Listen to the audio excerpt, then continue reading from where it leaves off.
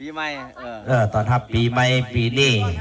คือสีด้วยกว่าเก่ามันนี่ก็มีเครื่องเสียงมาจากไอ้ทั้งหลานไส้สมเพียงว่านาการบินล่าวเพิ่นก็มาประกอบเครื่องเสียงซื้อมาใหม่ๆมาจากสเจ็ดดีตังซื้อเครื่องเสียงนี่4 ล้านแต่ว่าบอกเมียไปว่า6 ล้านตัว2 ล้านเอาไปล้างตู้ว่านี่ผมมีคนอื่นกินพี่น้องกินแต่เมียเจ้าของเพิ่นนี่กินคนอื่นมันยากมันซ่ากินเมียเจ้าของมันอร่อยเข้มมันอร่อยจังเลยทั้งนั้นไส้สมเพียงกับว่าเนาะเพราะว่าตะกี้เนี่ยเป็นคนแบบนี้แหละ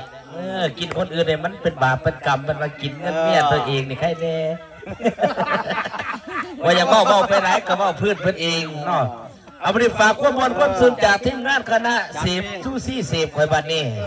ประกอบความมวลความซื่นให้จากทั้งทีมงานพญายใบอัตตปือเนาะพร้อมด้วยทีมงานเมื่อนี้